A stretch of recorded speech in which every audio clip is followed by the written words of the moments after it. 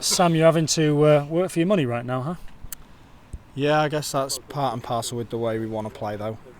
We do want to be quite open and expansive, so we've got to understand that there is going to be points in a game where we're probably overloaded and 1v1 defending, and they're going to get opportunities.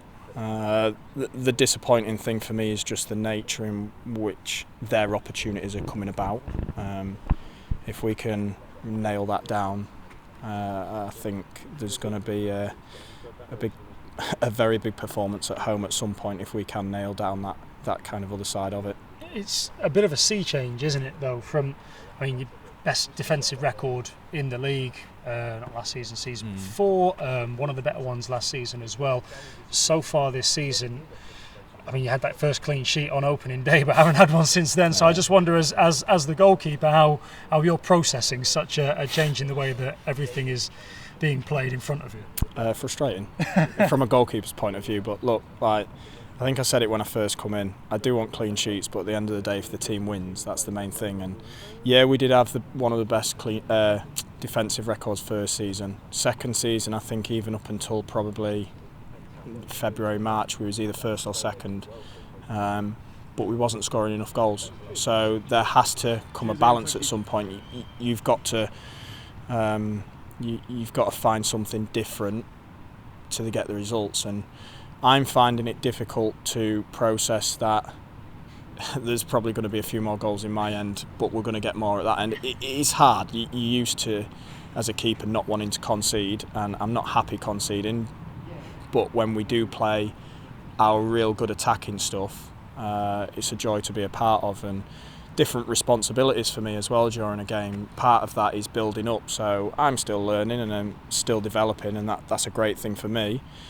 Like I said, if we can nail down the slight differences in our attacking play, but away from the ball, I feel like we can still have one of the best defensive records. And if we can maintain the tempo that we played at for probably we probably had 20 minutes in the first half and 30 minutes in the second half where we was bang on top, and the tempo and it was unbelievable. If we can maintain that for longer periods, teams are just going to be dead on their legs against us, and that'll help us defensively, but we have to show that, and we have to do that more often. How do you balance it in your head, though? Because a goalkeeper picks the ball up out of his net.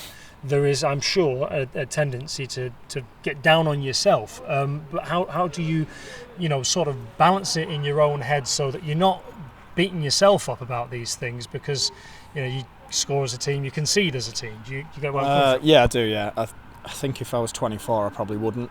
But I'm 33 now, 300 odd games. You kind of, the experience comes in, and look, if anyone's the worst critic, I am my worst critic. I will watch back every single game and every single goal, and I'll be like, maybe this, maybe that. I know when I've made an error. I know where I've done something wrong.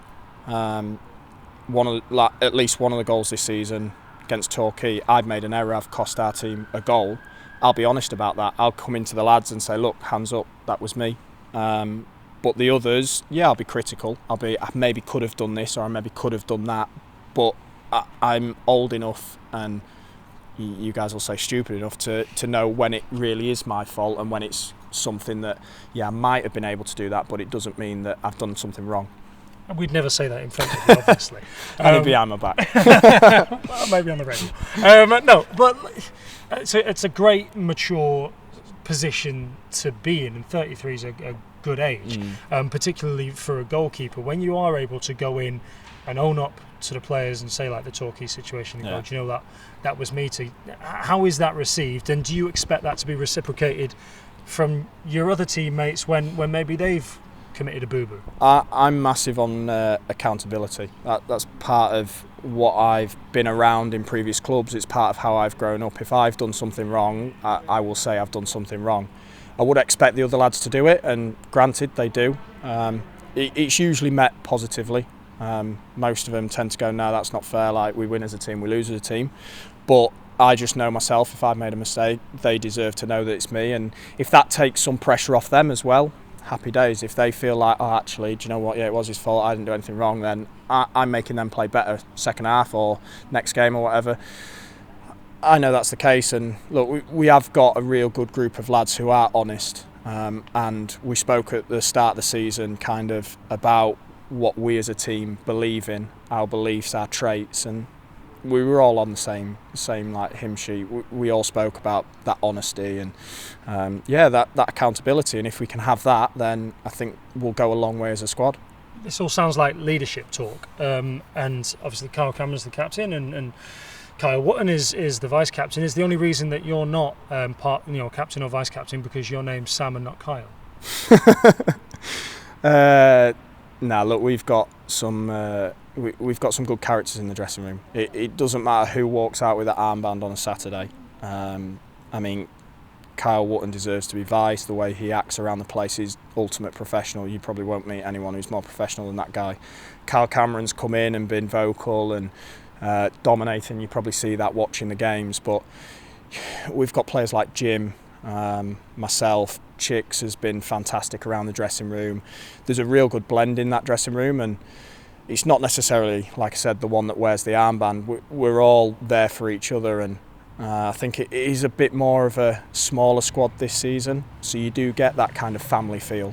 Some people need picking up. You'll have a personality in the dressing room like Jim, who's brilliant at picking people up. You probably know yourself, he'll have given you some stick and had a laugh and a joke. Or when people are down, there's people who can manage them situations and talk a bit more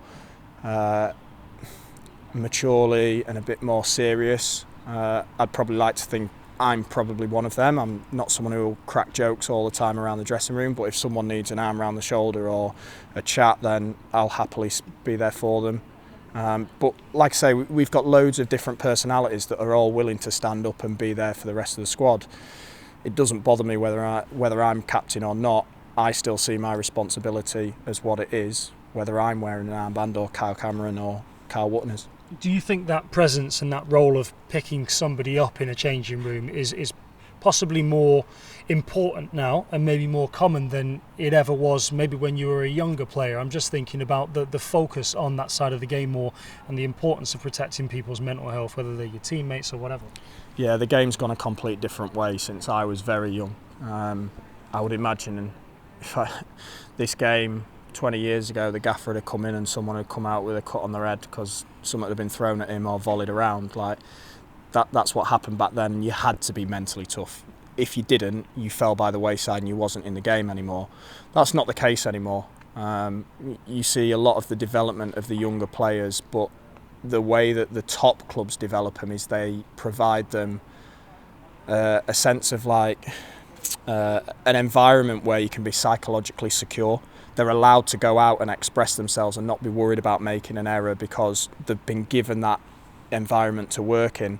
And then players drip down when they don't get the opportunities that either they deserve or they don't deserve, but they're higher up and they drop.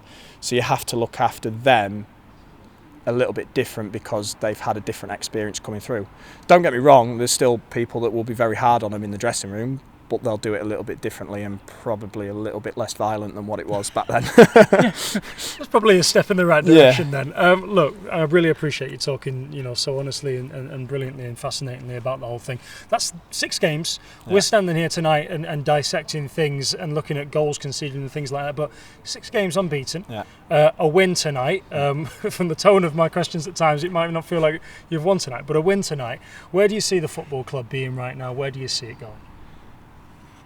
I think the style in which we want to play and the way it's run from top to bottom is really progressive.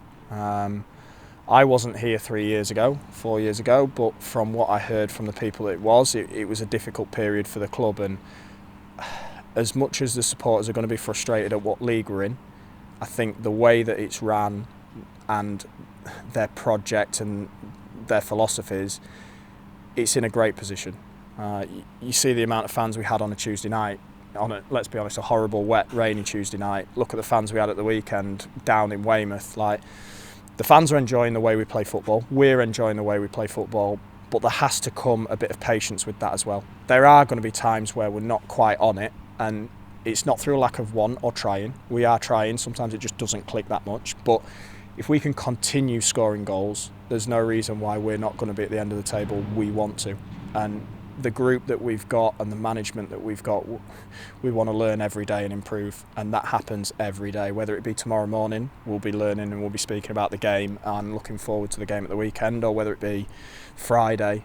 It is very progressive. They're trying everything they can to put the club back up a league, but we have to deliver on the pitch as well.